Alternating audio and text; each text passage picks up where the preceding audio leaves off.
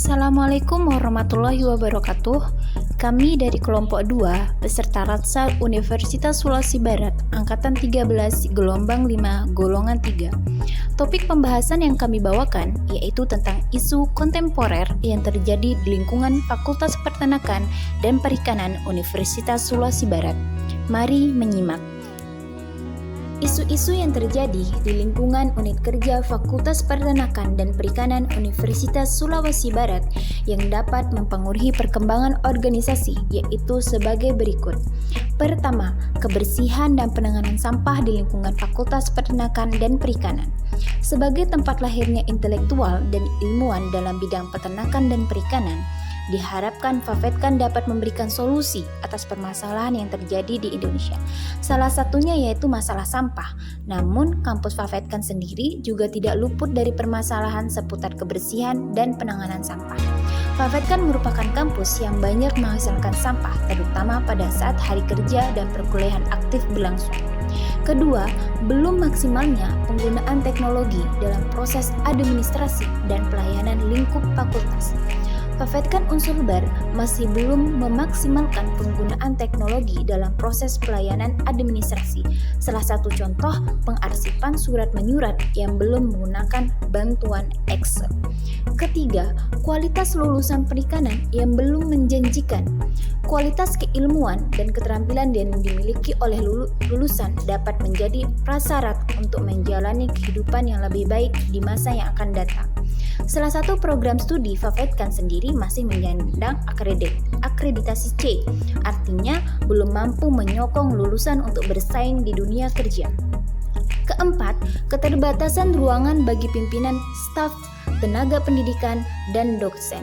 Fakultas ini hanya memiliki satu buah gedung dengan luasan sekitar 6 meter kali 20 meter yang terpartisi menjadi 4 ruangan, yaitu ruang seminar dan pertemuan, ruang pimpinan, ruang staf dan tenaga kependidikan, dan ruang dosen. Keterbatasan ini menjadikan gedung Fafetkan cenderung tidak dapat digunakan untuk beraktivitas sekaligus bersama dalam menjalankan proses-proses akademik dan administrasi. 5. Kurangnya kebersamaan keseluruhan dosen dalam membentuk rapat mingguan atau bulanan. Salah satu bentuk komunikasi antara unit-unit organisasi dalam lingkup Fafetkan adalah melalui rapat. Selama ini rapat dilakukan hanya ketika akan ada kegiatan atau event baik internal maupun eksternal. Padahal sesungguhnya untuk mendukung komunikasi yang efektif dan cair, rapat harus dilakukan terjadwal baik mingguan, bulanan, triwulan, semester, dan tahunan. Setelah didapatkan 5 isu dalam ruang lingkup kerja, maka isu-isu ini akan dilihat urgensinya dengan menggunakan teknik AKPL, yaitu aktual, kehalayakan, problematik, dan layak. Dari 5 isu ini, ada 3 isu yang memiliki urgensi yang kuat karena memenuhi standar AKPL, yaitu kebersihan, isu tentang layanan berbasis IT, dan kualitas lulusan. Di mana ketiga isu ini sangat kuat dibandingkan isu sarana pendukung dan ikatan emosional.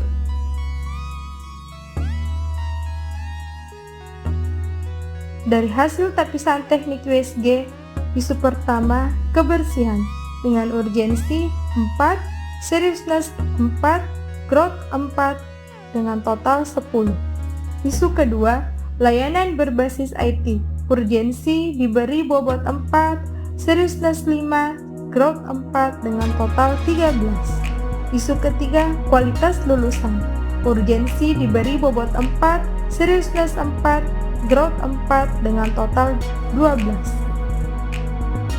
Tapisan teknik USG ini memberi hasil perankingan isu kedua sebagai ranking 1 dengan total 13, isu ketiga ranking 2 dengan total 12 dan ranking 3 isu pertama yaitu kebersihan dengan total 10.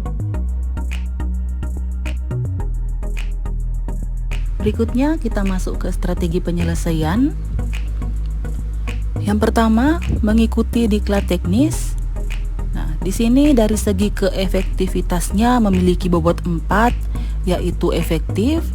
Kemudian berdasarkan tingkat kemudahan juga memiliki bobot yang sama, yaitu 4 yang dikategorikan mudah, serta berdasarkan tingkat biaya didapati skor 3 yaitu cukup murah. Yang kedua adalah SOP pelayanan administrasi dan akademik. Nah, berdasarkan tingkat efektivitas memiliki bobot 5 yaitu sangat efektif. Kemudian yang kedua berdasarkan tingkat kemudahannya memiliki bobot 3 yaitu cukup mudah, dan dari segi tingkat biaya diperoleh bobot 4 yaitu murah. Kemudian kita masuk ke rekrutmen SDM terampil teknologi. Yang pertama, dari segi tingkat efektivitas itu mendapatkan bobot 5 yaitu sangat efektif. Kemudian berdasarkan tingkat kemudahan dan tingkat biaya diperoleh bobot masing-masing 2 yaitu cukup sulit dan cukup mahal. Sehingga pada diagram berikutnya kalau kita perhatikan, masing-masing total dari memberikan kesempatan mengikuti diklat teknis adalah 11, kemudian SOP pelayanan administrasi dan akademik diperoleh total 12, serta rekrutmen SDM terampil teknologi dengan total 9. Nah, jika diberikan peringkat, maka poin SOP pelayanan administrasi dan akademik itu berada di posisi 1. Kemudian di posisi kedua adalah mengikuti diklat teknis. Kemudian yang ketiga adalah rekrutmen SDM terampil teknologi.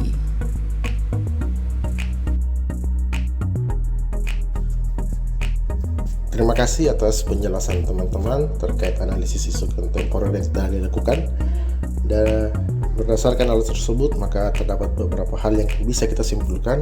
Yang pertama, bahwa berdasarkan hasil identifikasi isu, terdapat 5 isu utama terkait isu kontemporer di unit kerja FAPETKAN Universitas Sulawesi Barat, yaitu terkait kebersihan, kemudian pelayanan administrasi yang belum berbasis IT, kemudian kualitas lulusan yang belum relevan dengan kebutuhan pasar, kemudian masih kurangnya sarana pendukung tridharma perguruan tinggi seperti ruang dosen, ruang pimpinan, dan lain sebagainya. Kemudian masih kurangnya ikatan emosional antar sivitas akademika. Nah, berdasarkan teknik tapisan AKPL diperoleh 3 isu.